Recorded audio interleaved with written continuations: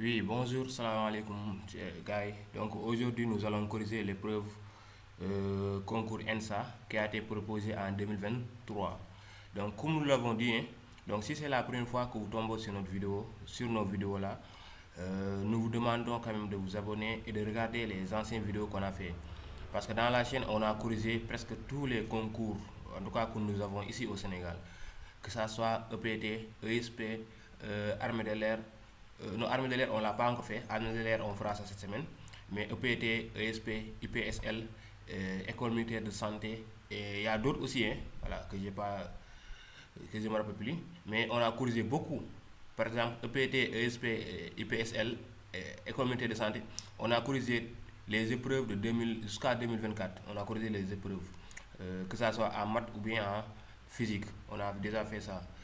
Maintenant aussi, comme on le dit à chaque instant, hein, les élèves intéressés par les concours, vous pouvez toujours écrire sur la partie commentaire les épreuves que vous voulez qu'on corrige. Mais avant tout d'abord, il faut regarder quand même les vidéos que nous avons fait. Si vous voyez que l'épreuve que vous dites on ne l'a pas corrigée, vous venez sur les commentaires, vous écrivez les épreuves que vous voulez qu'on corrige.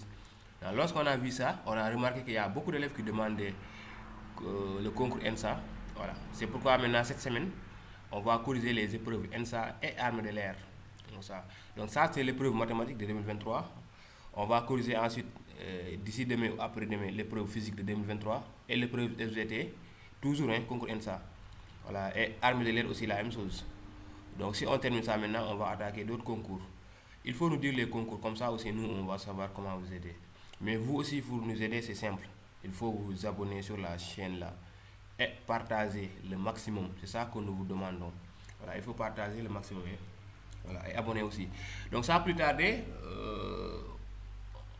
on va... Bon, ici encore, il faut savoir que les épreuves que nous faisons ici, souvent on fait ça en deux parties. Pourquoi? Parce que c'est juste une question de se reposer et de récupérer quoi un peu. Et revenir. Parce que souvent les épreuves de concours sont des épreuves qui sont un peu longues. Et ensuite, quand je corrige et je parle en même temps, alors que actuellement là où je suis, il fait un peu chaud. C'est pourquoi c'est la simple raison. Quoi.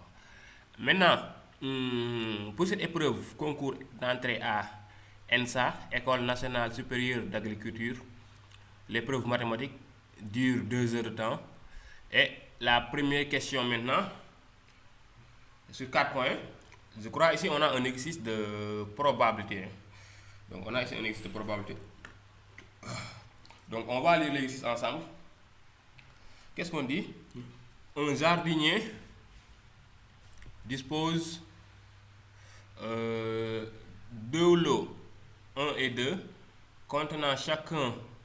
Et ce que j'avais oublié de dire aussi, hein, excusez-moi un peu, pour les élèves qui veulent avoir cette épreuve, parce qu'il y a beaucoup d'élèves qui nous demandent les épreuves. Donc, puis aller sur notre page Facebook. Notre page Facebook, on a écrit ça là-bas. C'est ça qu'on a écrit sur notre page Facebook. Parce que toutes les épreuves là, cette épreuve, on va publier ça. C'est déjà disponible même. Objectif bac.sn. Donc c'est la même photo de profil que la chaîne. Vous allez là-bas, vous allez voir ces épreuves, on les a publiées là-bas et vous téléchargez les épreuves rapidement. Un jardinier dispose de deux lots, un et 2, contenant chacun de très nombreux bulbes. Ah, bon, ici il y a un mot qui est bulbe, il faut savoir c'est quoi bulbe. Le bulbe, bon, je connais la lecture. Donnant des tulipes. Ah, un autre mot, voilà. Ça, je crois que les mots là sont des mots plus que SVT, hein, de couleurs variées. La probabilité pour qu'un bulbe du le 1 donne une tulipe jaune est égale à un quart. La probabilité qu'un bulbe du le 2 donne une tulipe jaune est égale à un demi. Ce jardinier choisit au hasard un lot et plante 5 bulbes de tulipes. Et plante 5 bulbes de tulipes, soit n, un nombre entier naturel tel que 0 inférieur à n inférieur à 50. On définit A les probabilités suivantes. Le jardinier choisit le lot 1, B, le jardinier choisit le lot N, lot 2. JN, le jardinier obtient N tulipes. Bon, avant tout d'abord, je vais vous expliquer un peu les mots là. Mais aussi, vous pouvez faire vos propres recherches hein, sur les mots. Voilà. Vous pouvez faire vos propres recherches sur les deux mots là. Vous allez sur internet, vous allez avoir plus de détails. Mais par exemple, tulipe, bulbe. Bulbe, c'est quoi? Bulbe, c'est une tige, hein. Vous savez, ce sont des tiges qui sont comme ça. C'est-à-dire, pour planter les, les, les, les, les fleurs, pour avoir les fleurs, les jardiniers, ils vont planter des tiges comme ça. Voilà, ce sont des tiges. Voilà, ils vont planter les tiges. Maintenant, si on plante la tige, après, on va obtenir euh, une fleur. Voilà, on va obtenir une fleur ici. Voilà, bon, je dessine mal, mais on va obtenir une fleur. Après la tige là, on va donner une fleur seulement. Et la fleur, c'est ça qu'on appelle tulipe. Voilà ça, la fleur, c'est ça qu'on appelle tulipe. Et la tige là, c'est ça qu'on appelle bulbe. Voilà. La tige là, c'est ça qu'on appelle bulbe. Donc bulbe, on plante bulbe, après on obtient une fleur. Et la fleur qu'on obtient, c'est ça qu'on appelle tulipe. Voilà, donc tulipe ici égale fleur. C'est bon. Voilà. Et maintenant, la tulipe, il y a des couleurs. Par exemple, quand vous voyez les fleurs ici, souvent il y a des fleurs jaunes, il y a des fleurs roses. Voilà, souvent, voilà, ce sont les fleurs roses qu'on voit plus souvent. Il y a aussi des fleurs jaunes. Il y a beaucoup de catégories de fleurs, quoi, en fait. C'est seulement ça qu'on nous dit. Maintenant, ici, qu'est-ce qui se passe? Le jardinier a. Bon, je vais faire ça maintenant. Bon, je n'ai pas encore tous ces exercices, je suis en train de vous expliquer un peu les mots là. Bon, vous aussi, quand même, vous pouvez faire vos recherches plus approfondies. Voilà, plus approfondies pour avoir plus de signification de ces mots. Voilà. Donc, ici, qu'est-ce qu'on nous dit? Le jardinier a plusieurs bulbes. 1, 2, 3, 4, plusieurs, 5, 6, 10, 100, 1000, etc. Il a mis ça sur un lot. Sur deux lots maintenant. Il y a un premier lot, 1. Ensuite, deuxième lot, 2. Donc, dans chaque lot, il y a beaucoup de tiges. Là, maintenant, qu'est-ce qui se passe? Maintenant, ici, on s'intéresse à la probabilité d'obtenir une fleur jaune. Maintenant, ici, la probabilité d'obtenir la probabilité pour qu'une tige de lot 1 donne une fleur jaune est 1 quart. La probabilité pour qu'une tige ou bien bulbe du lot 2 donne une tulipe jaune ou bien fleur jaune est égale à 1 demi. Voilà. Maintenant, qu'est-ce qu'on dit? Le jardinier choisit au hasard un lot. Maintenant, est-ce qu'il a choisi le lot 1 ou bien est-ce qu'il a choisi le lot 2? Bon, on va voir. En tout cas, on nous a dit qu'il a choisi au hasard un lot et plante 5 bulbes. C'est-à-dire, il a choisi un lot. Par exemple, si c'est le lot 1 qu'il a choisi, il va planter là-bas 5 bulbes. C'est-à-dire, il choisit le lot 1, il prend 50 bulbes, excusez-moi, 50 tiges. Ou bien, si c'est le lot 2 qu'il a choisi, il va prendre là-bas 50 tiges. Pour l'instant, il n'y a rien de clair. Il n'y a rien qui nous dit est-ce que c'est le lot 1 qu'il a choisi ou bien est-ce que c'est le lot 2 qu'il a choisi. Ce qu'on peut retenir en tout cas, le lot qu'il a choisi, il va prendre là-bas 50 tiges ou bien 50 bulbes. On continue. A, c'est la probabilité que le jardinier choisit le lot 1. B, probabilité que le jardinier choisit le lot 2. Maintenant, Jn, le nombre n de tulipes jaunes obtenues. Maintenant, pour l'instant, il n'y a rien qui nous dit. On dit maintenant, première question. Dans cette question, on suppose que le jardinier choisit le lot 1. Voilà. Donc tout à l'heure, j'avais dit, il n'y a rien de précis sur quel lot le jardinier a choisi. Maintenant, ici, on vient de nous dire que le jardinier a choisi le lot 1. Donc ici, le jardinier a choisi le lot 1. Donc il va prendre là-bas 50 tiges. Voilà. Donc le 1, il va prendre 50 tiges là-bas. Quelle loi, première question, quelle loi de probabilité suit le nombre de tulipes jaunes obtenus à partir de 50 bulbes du lot? Donc, quelle loi de probabilité suit le nombre 50 tulipes, c'est-à-dire fleurs jaunes, obtenues à partir de 50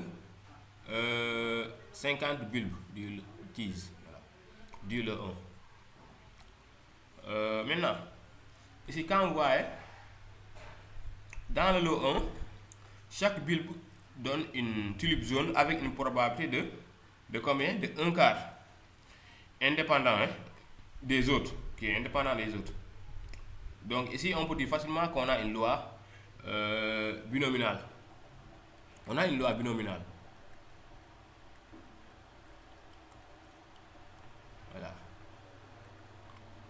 Voilà. Maintenant aussi, la loi binominale et l'épreuve de Bernoulli, on a déjà fait une leçon dans cette scène-là. Parce que dans la scène aussi, on fait des leçons.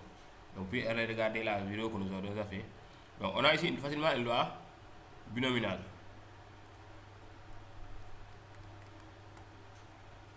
On a une loi binominale de paramètres quoi? N. N, c'est le nombre de bulbes, 50. Et de paramètres P, c'est la probabilité d'obtenir bulbe jaune, c'est 1 quart. Voilà. Voilà, donc on a une loi probabilité. N, n'est-ce pas? Ce sont les 50. P, c'est la probabilité. Voilà. Ou bien aussi, je vais faire juste un petit résumé sur la loi binominale. Par exemple, pour que vous compreniez plus, si on dit, par exemple, 10 élèves, on introse, ou bien on demande à 10 élèves, on les introse, 10 élèves, et on les pose la question suivante. Voilà. Est-ce qu'ils aiment les maths? Voilà, donc on introse les élèves d'une manière indépendante. N'est-ce pas? Voilà. Mais identique aussi. Par exemple, on les pose les mêmes questions. Et la question c'est simple. Est-ce qu'ils aiment les maths? Donc on a oui, soit la réponse est 8, soit la réponse est non. Et si on prend x, par exemple x, qui sera la variable aléatoire associée au nombre d'élèves qui aiment les maths. Qui aiment les maths. Je suis en train de vous expliquer autre chose. Qui aiment les maths. Donc on va dire ici que x va subir une loi binominale de paramètres n égale 10, le nombre d'élèves qu'on a. Ici on a nombre de fleurs c'est 50, n égale 50, n égale 10. Voilà. N c'est seulement le nombre que nous avons là-bas. Et de paramètres p égale p c'est la probabilité. Si c'est dans un exercice, on va donner ça. Par exemple, si on vous dit que la probabilité d'aimer les maths c'est 0,8, mettez 0,8. Ici on nous a dit que la probabilité c'est 1 quart. Seulement ça.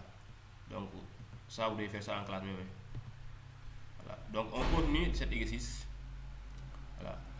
Quelle loi de probabilité suit? Donc on a une loi binominale, vite fait. Maintenant on passe à la question numéro B. Question B.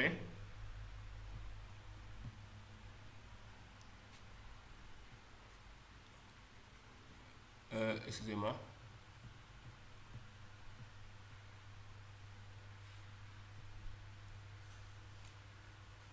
Question B maintenant. Question B, qu'est-ce que nous avons? Quelle est l'espérance mathématique de cette loi? Bon, l'espérance mathématique d'une loi binominale de paramètres n, n'est-ce pas? De paramètres n et de probabilité p. Ici, l'espérance est facile. Donc, c'est E égale n fois p directement. Voilà, n fois p. Voilà. N fois p, n c'est 50, p c'est 1 quart. Donc, faites la multiplication. Voilà. Là-bas, il n'y a rien de compliqué. Donne une expression de la loi que le jardinier obtient n tulipes jaunes. Voilà. Maintenant ici, quand on a une loi binominale, il y a une formule qu'il faut retenir par cœur. C'est quelle formule? Je vais écrire ça, la formule est là. C'est P de x égale k. P de x égale k. La probabilité c'est P de x égale k. Je vous donne la formule qui est dans la leçon. P de x égale k c'est quoi? C'est C de nk. C de nk fois P de k fois 1 moins P à la puissance n moins k. Voilà. Par exemple, tout à l'heure, on avait donné un exemple sur le nombre d'élèves qui aiment les maths. Dans 10 élèves, on les introduit la même question. Est-ce que vous aimez les maths? Donc là-bas, si on nous demande quelle est la probabilité que 6 élèves aiment les maths, là-bas, qu'est-ce qu'on va dire? On va dire P de x égale 6. Maintenant, ici, ce qu'on nous demande, c'est quoi? donne une expression de la probabilité que le jardinier obtient n tulipes jaunes. Maintenant, ici, on ne va pas mettre grand X parce qu'eux, ils ont déjà défini la loi. Ici, ils ont déjà dit, appelez ça JDN. Le jardinier obtient n tulipes jaunes. Donc, ici, au lieu de mettre grand X, donc, on va prendre eux-mêmes ce qu'ils ont dit. Et ils ont appelé ça comme ça. P de JN. Voilà, c'est ça. P de JN égale N. Maintenant, qu'est-ce qu'on fait? Le cas là, maintenant, on remplace ça par N. Et ici, le N, c'est combien? Donc, on va continuer. Donc, ici, le N là, dans notre cas, c'est 50. C'est le total, c'est 50. Voilà. Et le cas maintenant, c'est le cas qui va varier. Hein. Voilà. Si on demande 15 tulipes, comme sur la question D, là-bas on remplace N par 15 extra. Mais le N là qui est en bas, ce sont les 50 là. Ici encore le N c'est 50. Mais comme je l'ai dit tout à l'heure, eux ils ont, au lieu de grand X, dans votre cahier de cours, le prof a mis grand X sûrement. Mais ici ils ont appelé ça J de N. Voilà, donc qu'est-ce qu'on aura? Rapidement.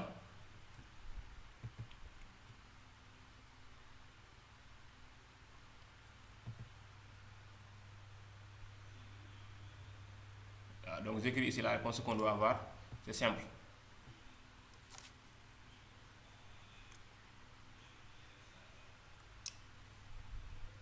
Donc on va obtenir question pour la question numéro C, la probabilité que le jardinier obtient une tulipe jaune. Ça sera P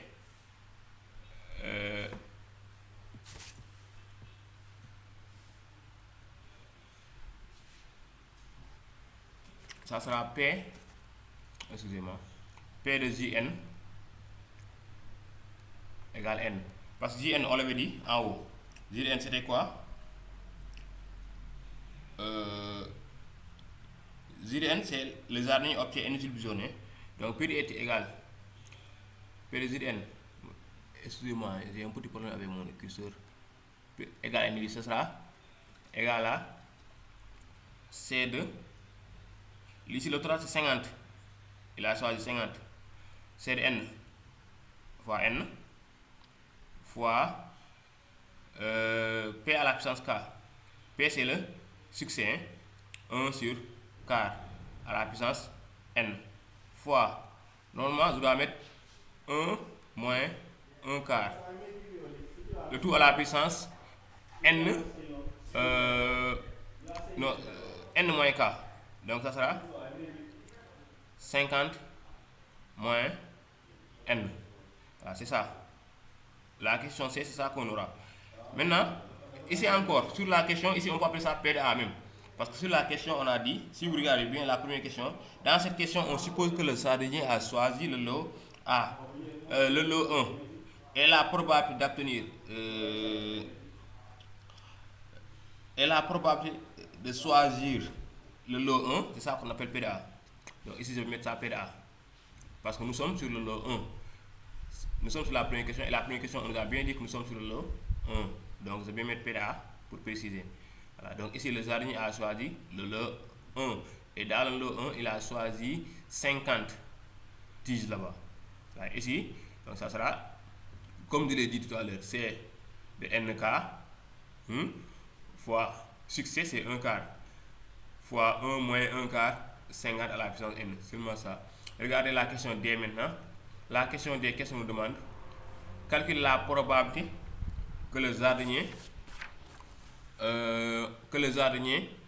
obtient 15 tulipes jaunes. Voilà, regarde là maintenant, qu'est-ce qu'on va faire? C'est seulement le N qu'on va remplacer par 15. Par exemple, pour la question D, qu'est-ce qu'on va mettre? C'est simple, hein? On va mettre P de J de N égale, excusez-moi, c'est égal ici, hein? Égale 15. Donc, cette loi-là, cette formule qu'on a donnée, c'est pourquoi cette formule, c'est très bien de comprendre ça.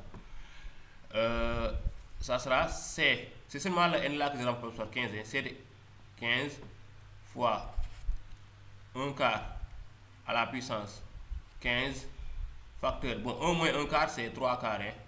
3 quarts à la puissance 50 moins 15 c'est 35. Ça, bon, on demande de calculer. Les calculs, je ne les fais pas quand même. Ouais, parce qu'il n'y a rien de compliqué sur les calculs. Donc là, ici, vous pouvez calculer. Voilà, c'est seulement ça, comme ça qu'on calcule. Voilà.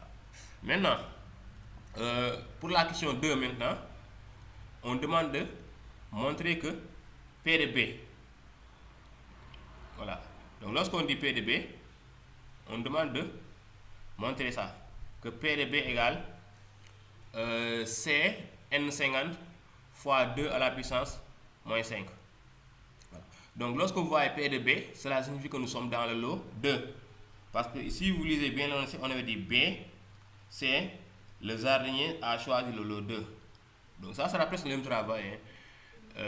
Maintenant, dans cette question-là, la question 2A, on demande de montrer que ça, P de B de J de N égale Cn50 fois 2 à la puissance moins 50. Voilà. Cela c'est quoi? Que le jardinier a choisi le lot 2. Et dans le lot 2, la probabilité d'avoir une tulipe jaune est égale à 1 demi. Donc ici c'est 1 demi dans le lot 2. On a déjà dit ça dans l'énoncé. Donc dans le lot 2, qu'est-ce qu'on va avoir? C'est ça presque la même formule. On va avoir P, mais cette fois c'est B, de J N égale N, ça sera C de 50 fois N, non N en haut du moins, fois 1 demi.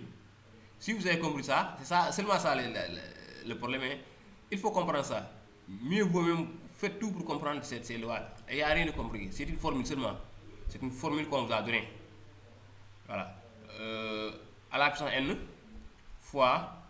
Maintenant, ici, je dois mettre 1 moins 1 demi. Comme ici, on avait 1 moins 1 quart. C'est-à-dire c'est la probabilité à la puissance N. Ensuite, le tout à la fois 1 moins la probabilité, le tout à la puissance N, 50 moins N. Ici encore, on doit avoir, puisque le succès c'est 1 demi, on doit avoir 1 moins 1 demi. Mais 1 moins 1 demi, c'est toujours 1 demi. Donc, je vais mettre ça directement. À la puissance 50 moins N. On va avoir 50 moins N. Mais ici, c'est une démonstration qu'on nous demande, donc on doit faire la démonstration. P de parenthèse J de N égale N. Comment on fait la démonstration? Déjà ici, je vois qu'on a C50N, on ne l'a pas touché, donc je ne le touche pas. C50N fois, ici on a 1 demi fois 1 demi, donc on peut garder 1 demi. Et on additionne les exposants. Ici on a N, ici on a 50 moins N. Lorsqu'on fait la somme, N moins N ça part, ça reste quoi? Ça reste 50. Voilà. Ici, je continue ici, je vais dire P de B de J de N égale N. Ça sera égal à C de 50 N fois, maintenant 1 sur 2, le tout à la puissance 50. On peut dire que c'est 1 à la puissance 50. 1 à la puissance 50, c'est toujours 1. Sur 2 à la puissance 50. Non, 2 à la puissance 50 en haut. Hein. 2 à la puissance 50. Donc ça, on continue, ça sera C de 50 N fois. Or, on sait déjà que 1 sur A à la puissance N, ça c'est A à la puissance moins N. Donc 1 sur 2 à la puissance 50, ça c'est 2 à la puissance moins 50. C'est ça qu'on demande de démontrer. Il n'y a rien de compliqué là-bas. Voilà. C'est ça qu'on demande de démontrer. Pour l'instant, je ne vois rien de compliqué. Maintenant, je suis sur la question numéro C. La question numéro C, qu'est-ce qu'on demande? Non, c'est pas la question C, je suis sur la question B, excusez-moi. 2B. Je rappelle que sur la question 2, nous sommes sur le lot 2. C'est pourquoi vous voyez des B. Sur le lot A, on avait des A. Sur le lot 1, c'était A. B, en déduire la probabilité que le jardinier obtient N tulipes jaunes. Non, ici, sur la deuxième question. Bon, sur la deuxième question, on ne nous dit pas que nous sommes sur le lot 2. Hein. Donc, il n'y a rien qui nous dit que nous sommes sur le lot 2. Je ne vais pas bien regarder. Parce que sur la première question, si vous lisez, on nous avait bien écrit ici que nous sommes sur le lot 1. C'était bien écrit. Mais sur la question 2, il n'y a rien qui nous dit que nous sommes sur le lot 2. Mais quand même, ici, la première question, c'est clair que c'est dans le lot 2 qu'on parle. Parce qu'il y a PB. Alors, B, c'est la probabilité de choisir le lot 2. Mais sur la deuxième question maintenant, en déduire la probabilité que le jardinier obtiennent n tulipes jaunes. Donc ça c'est d'une manière générale. Voilà. Donc ici il n'y a rien de précis. Sur la question B, on ne sait pas est-ce que le jardinier a choisi le lot 1 ou bien est-ce que le jardinier a choisi le lot 2, parce qu'on ne dit rien sur la question B, cette question-là. Voilà. Maintenant, ce qu'il faut comprendre ici, comment on peut faire ça? Donc c'est la probabilité totale seulement. Hein. Ici c'est la question B, c'est la probabilité totale qu'on nous demande. Voilà. C'est la probabilité totale que le jardinier obtient n tulipes jaunes. Voilà. Donc il choisit au hasard un lot. Voilà. Il choisit au hasard un lot et il choisit là-bas maintenant 50 tiges. Voilà. D'abord, ici donc il y a deux situations. Hein. Donc il faut d'abord, avant tout,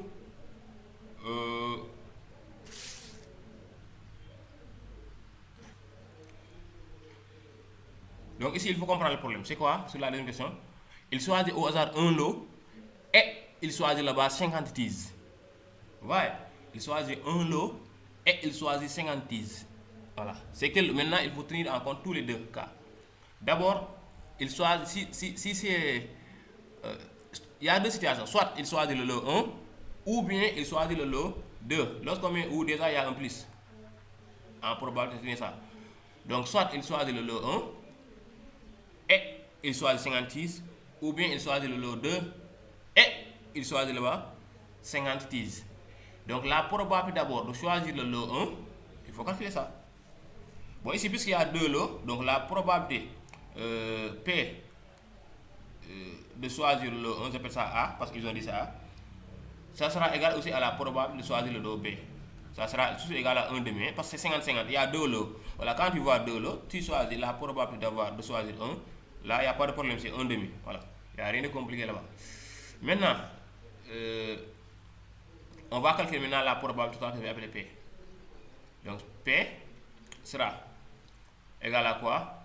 Soit il choisit le lot 1. Et, voilà, la probabilité de choisir le lot 1, c'est 1 demi. Et il choisit là-bas maintenant 50 tiges. Et on avait déjà montré que la probabilité d'avoir 50 de soi, la probabilité d'obtenir n quoi? La probabilité d'obtenir n tulipes jaunes sur le lot 1, c'était ça. Voilà. Et ici maintenant,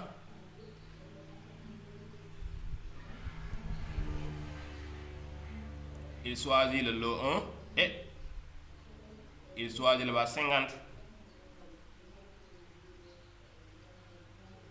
tiges. Voilà. Et il obtient n tulipes. Voilà. Ça, on avait déjà vu ça. Donc la probabilité là, c'était quoi? Fois quoi? Qu'est-ce qu'on avait? Voilà. Parce que ici, je répète, hein, pour ceux qui n'ont pas encore compris, on nous demande de calculer la probabilité que le jardinier obtienne n tulipes jaunes. Donc on prend la probabilité que le jardinier obtienne n tulipes jaunes avec le lot 1 plus la probabilité que le jardinier obtient n tulipes jaunes avec le lot 2. La probabilité que le jardinier obtient n tulipes jaunes avec le lot 1, c'est là. La probabilité que le jardinier obtient n tulipes jaunes avec le lot 2, il est là. Voilà. C'est seulement les deux là qu'on ajoute, mais on met des 1 demi devant. Les 1 demi là, c'est parce que on ne nous a pas précisé le lot qu'il a choisi. Donc ici, on va travailler sur les deux cas. Premier cas, on dit il choisit le lot 1 et il choisit là-bas 50 pour obtenir n tulipes jaunes. Donc la probabilité qu'on avait en haut, c'était fois 1 quart à la puissance n fois 3 cinquièmes à la puissance 50 moins n. Plus aussi, ça c'est pour le lot 1. Le 1. ça c'est la probabilité d'obtenir n, voilà, type zone avec le lot 1. Ici on multiplie par 1 demi parce qu'il a choisi au hasard entre les deux le 1 et 2. Donc la probabilité de choisir le lot 1 c'est 1 demi plus 1 demi encore fois probabilité d'obtenir n type zone avec le lot 2 qui sera fois 1 demi. Bon, ici même on peut même ça aller ça plus rapidement parce qu'on avait déjà fait la démonstration. Ça sera fois 2 à la puissance moins 50. Voilà. Seulement ça qu'on calcule. Il reste qu'à calculer ou bien à laisser comme ça. Voilà. Ou bien on peut aussi simplifier l'expression. Ça dépend de vous. Voilà. Maintenant, on continue avec la question numéro l'exercice numéro 2 maintenant. Non, attends, avant l'exercice numéro 2, je crois que ça reste les questions. Hein. Oui. Établir, on demande de faire une démonstration. Pour la question C,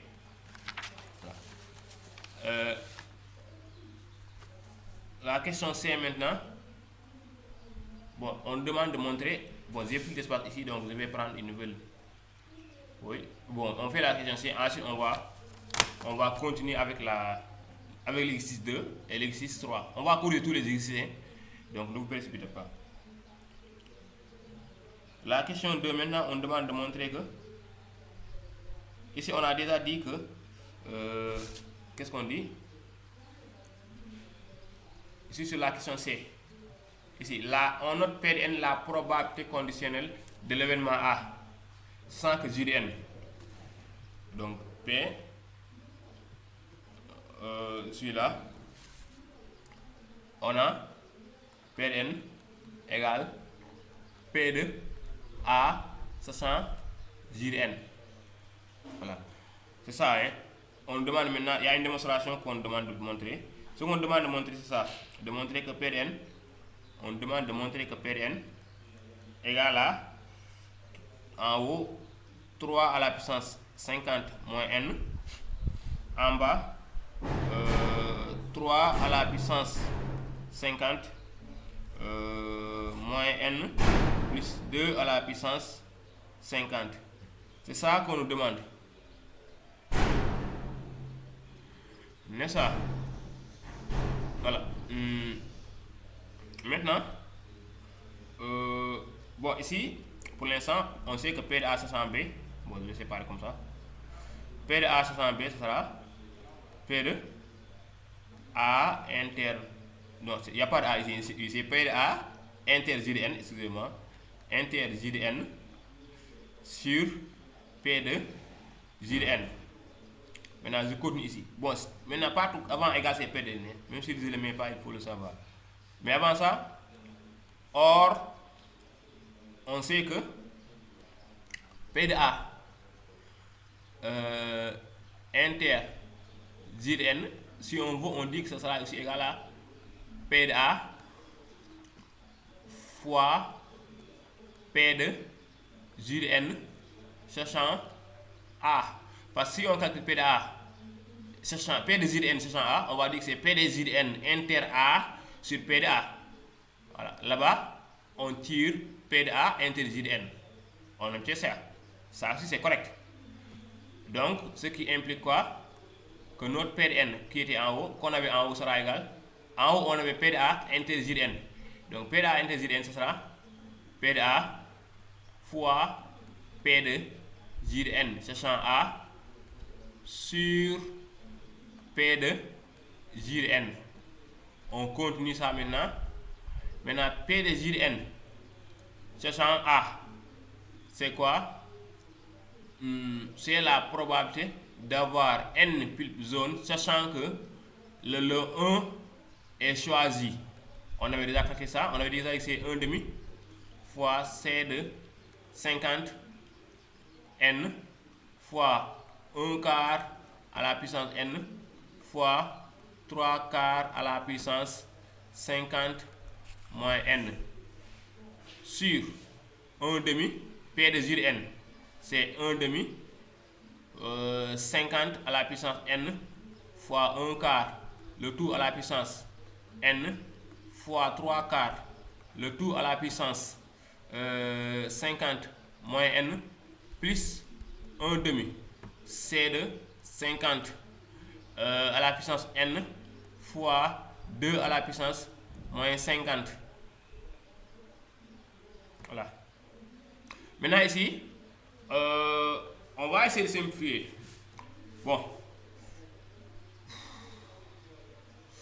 Bon, ici même je peux vous laisser continuer. Il n'y a rien de compliqué. Donc ça, je vous laisse continuer quand même. Donc quand vous simplifiez ça, facilement vous allez obtenir ça. Hein? Voilà.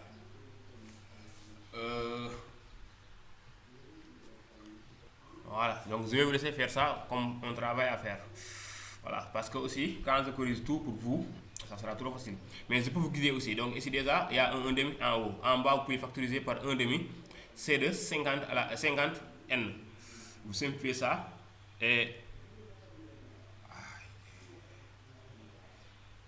vous allez obtenir le PDN là. Donc je vous laisse faire ça quand même. Mais ici, je vous aide. Ce qu'il faut faire, c'est de factoriser. Ça, on l'a ici. On l'a ici en haut. En bas aussi, c'est là. C'est là. Vous factorisez en bas, ensuite faites la simplification. Vous allez obtenir facilement ce qu'il faut faire. Voilà, maintenant je continue. Je crois que c'est fini. Il n'y a que l'exercice 2 qui me reste. L'exercice 2, ou bien que l'exercice.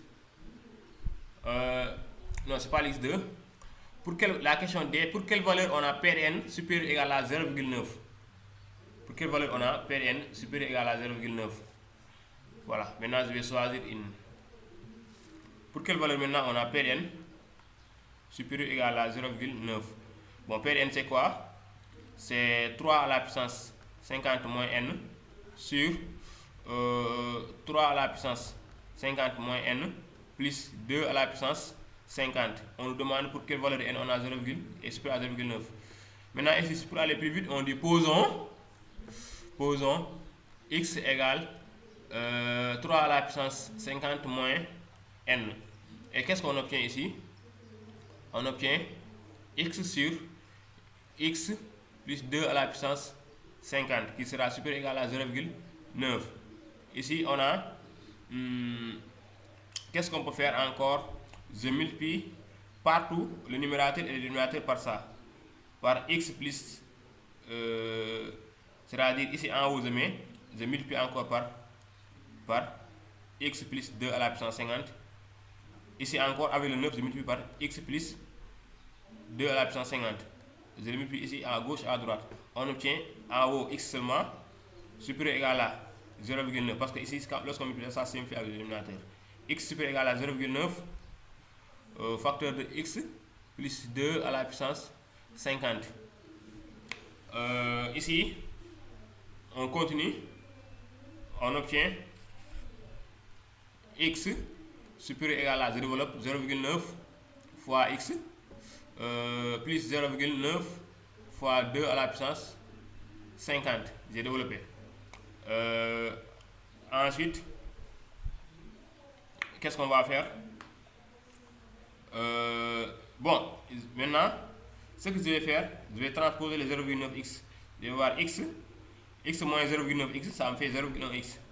0,1x supérieur ou égal à 9 fois 2 à la puissance 50. Maintenant, ce qui signifie quoi? Non, c'est pas 9, c'est 0,9.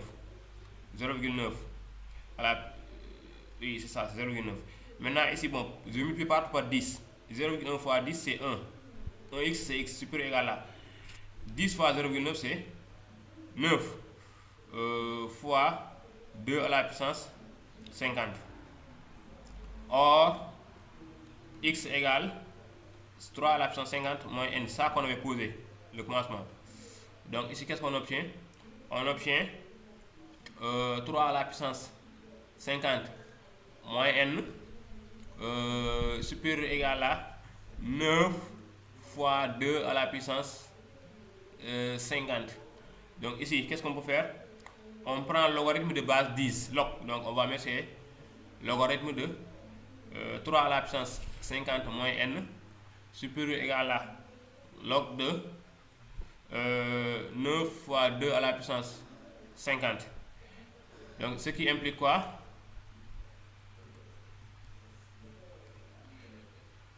ce qui implique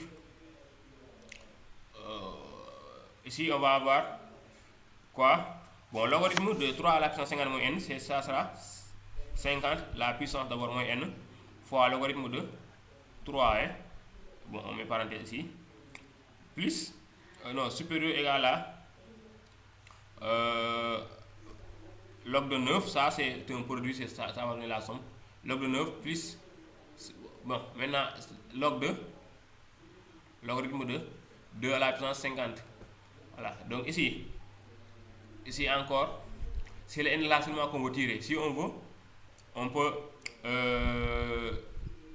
développer, ça sera 50 log de 3 moins n log de 3 supérieur égal à log de 9 plus 50 log de 2.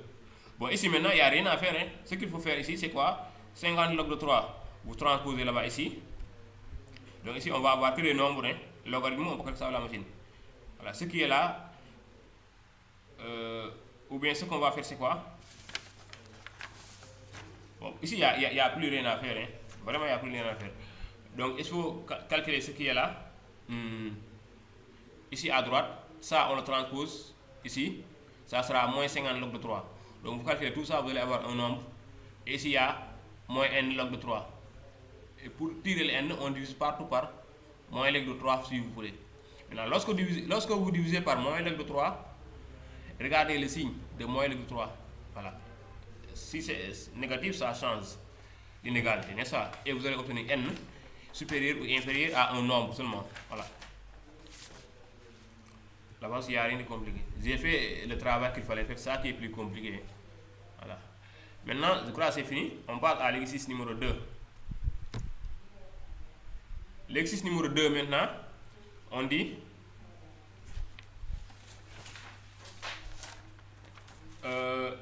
soit f.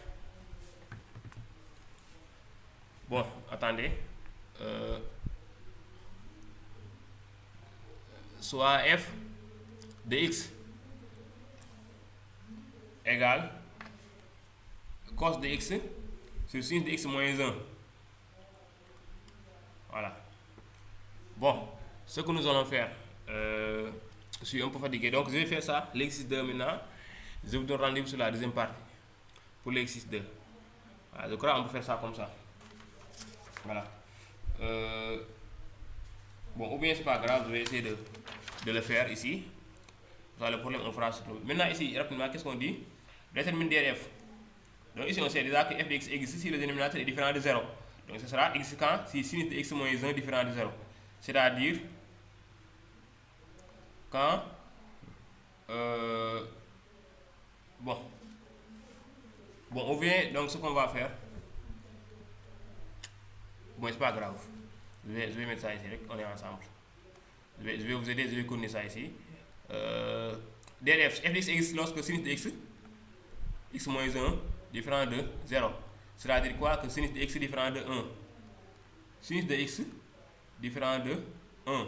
Bon, sin de x différent de 1, cela c'est facile, hein? Cela signifie que x est différent de pi sur 2 seulement. Donc ici on va dire que x est différent de pi sur 2 plus 2k pi, quoi. Voilà. Tous les angles qui sont multipliés par pi sur 2. Le k appartient à z. Voilà, donc df sera égal à r privé de pi sur 2 plus 2k pi. Bon, si vous voulez vous ajouter, k appartient à z, hein? C'est la même chose pour plus de précision. Montrez que l'élément f peut être réduit sur moins pi. Donc ici, pour faire cette question là, ici on sait que ici il faut montrer que f est période de période 2pi. Parce que ici déjà, lorsqu'on calcule la longueur de cet intervalle, on a 2pi, c'est borne supérieure moins borne inférieure. Pi moins pi, ça sera 2pi. Donc il faut juste montrer que la fonction f est période de période 2pi. Seulement ça qu'il faut montrer. Et ici la fonction, et c'est pas compliqué, hein? Ici on sait déjà que cosinus est périodique de période 2pi, sinus aussi est périodique de période 2pi. La fonction cosinus est périodique de période 2pi, sinus aussi est périodique de période 2pi. Voilà. Donc par conséquent, f est aussi périodique de période 2pi. Voilà. Troisième question. Montrer que quel que soit x appartenant à f, on peut écrire f comme ça. Moins sinus de x moins 1 sur cos de x. Donc ici on sait qu'on a, bon, je vais faire ça ici. On a quoi? On a f de x. F de x égale à cos de x sur sinus de x moins 1. Maintenant, qu'est-ce qu'on peut faire ici? Bon, ce que je peux faire, bon, ou bien, je vais mettre ça sur une autre feuille ici. Excusez-moi, je change pour que ça soit appelé. Voilà. Donc, on a f de x égale cos de x sur sinus de x moins 1. Et on nous demande de montrer que f de x égale combien? Moins sinus de x moins 1 sur cos de x. C'est ça qu'on demande de montrer. Hein? Donc pour montrer ça, moi je vais vous poser, qu'est-ce qu'on peut faire encore? Bon, déjà en base c'est cos. Donc je vais essayer de multiplier le f là, je multiplie en haut, en bas par sinus de x plus 1. Là, je vais obtenir quoi? Je vais obtenir f de x égale cos de x facteur de sinus de x plus 1. En bas maintenant, quand je le fais, je vais obtenir une identité de Mockap directement. Parce que je vais avoir sinus de x moins 1 facteur de sinus de x plus 1. Ça sera quoi? Ça sera sinus de carré de x en bas moins 1 au carré. Hein? Voilà. Maintenant, je vais développer en haut. Ou bien, or, on sait que sinus carré de x moins 1, ça ce n'est rien d'autre que moins cos carré de x. Voilà. Donc, je peux dire que f de x sera égal à cos de x facteur de sinus de x plus 1 sur moins cos carré de x. Ici, le cos qui est en haut, je peux simplifier ça avec un cos qui est en bas. Ce qui reste, f de x égale, le moins montre maintenant, le moins qui était en bas, je vais le mettre en haut, je vais avoir moins sinus de parenthèse, non, sinus de, il n'y a pas de parenthèse, hein. Moins sinus de x plus 1, hein. Donc c'est moins, ça sera moins, ça sera moins, comme ça, parenthèse, c'est ici qu'il n'y a pas de parenthèse. Voilà, je fasse là. Parce qu'il n'y a rien. Ici, on avait cos, facteur de tout ça. Donc, s'il y a ici un moins, ça sera moins, parenthèse. Le moins là qui est en bas, je le mets en haut. Donc, moins, parenthèse, sinus de x plus 1 sur cos de x. Maintenant, le moins là, pour entrer, on aura moins sinus de x moins 1 sur cos de x. C'est seulement ça qu'on demande de montrer. Bon, c'est l'exercice le plus facile hein, dans cette épreuve. Voilà. Maintenant, question suivante. On demande d'étudier la limite de f en pi sur 2. Voilà. Donc ici, on demande de calculer la limite de f en pi sur 2. Je vais faire ça ici.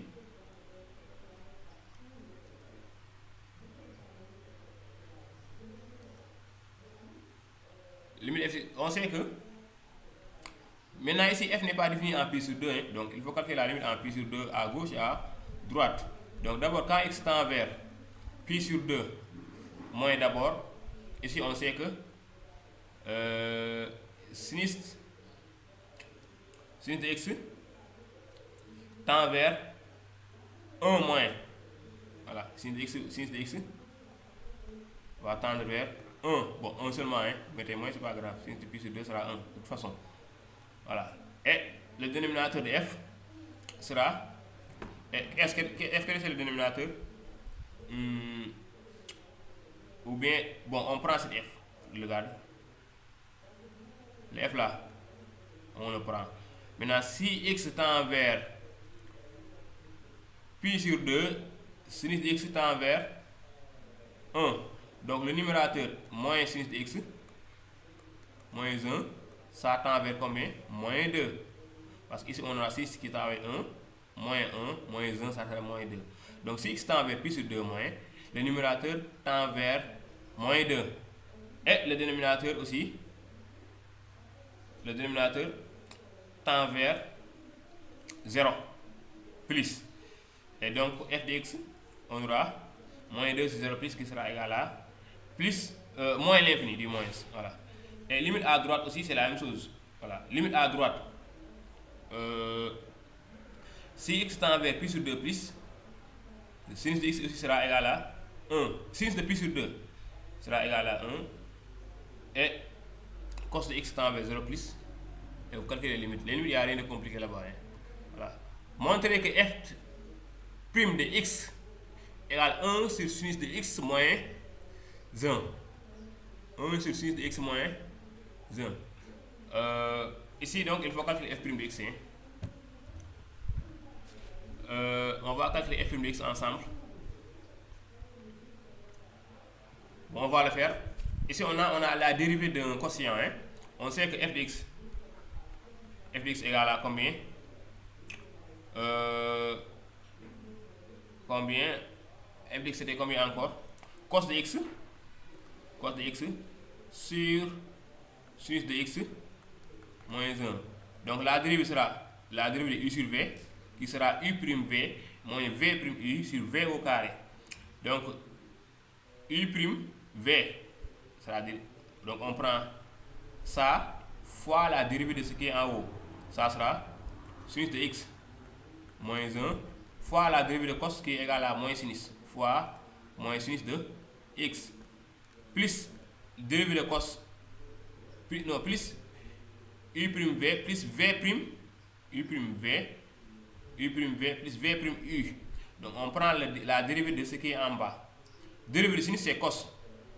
Voilà. Ça sera, non c'est moins, donc non c'est moins, la formule c'est moins, hein. u'v moins v'u. Maintenant la dérivée de sinus c'est cos de x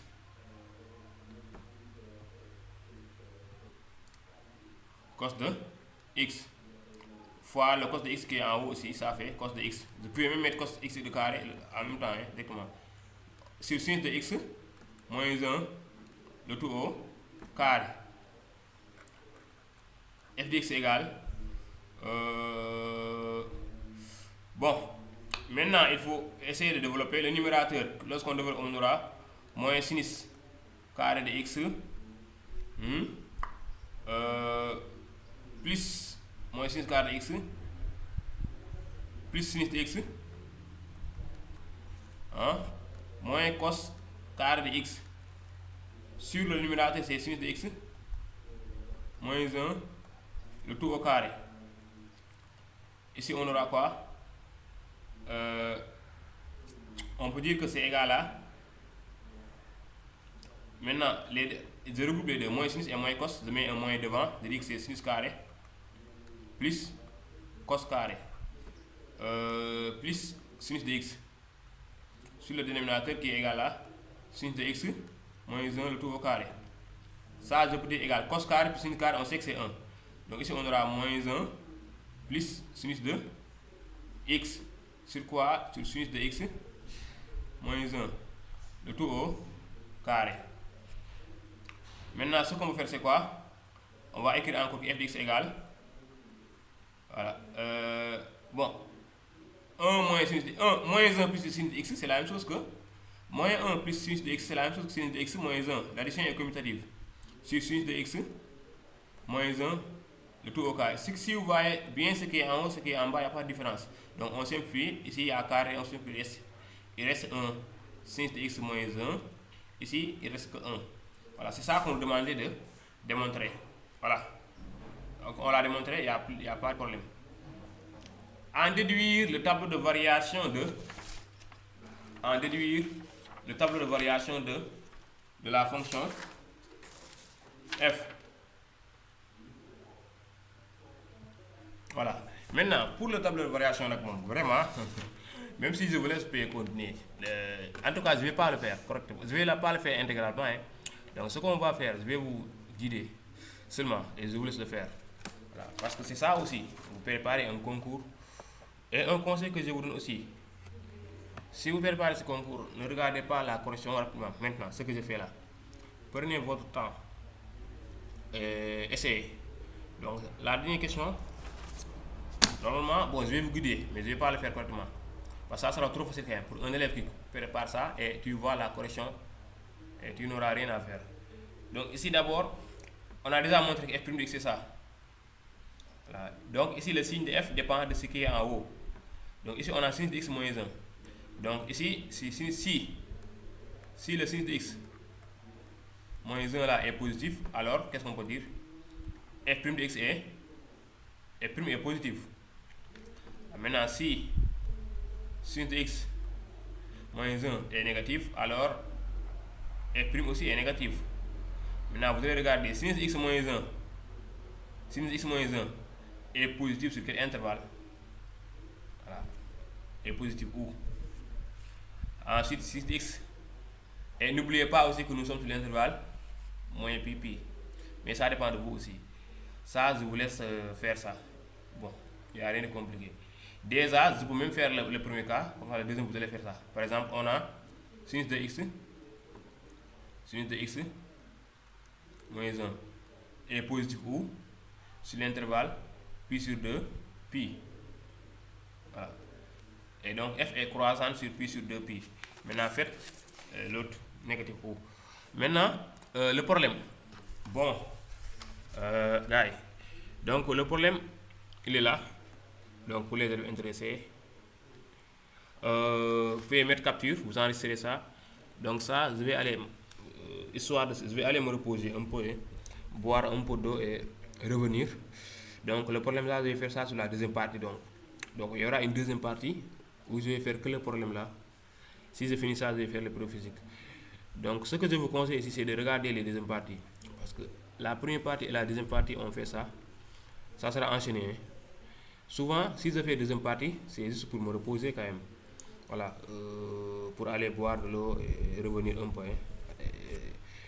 Respirer un peu et revenir. Voilà, donc le problème est là en attendant. Vous pouvez essayer, vous pouvez mettre capture et vous essayez le problème. Voilà, donc la correction sera facile pour vous. Il faut vous abonner, comme ça la correction vous serez averti.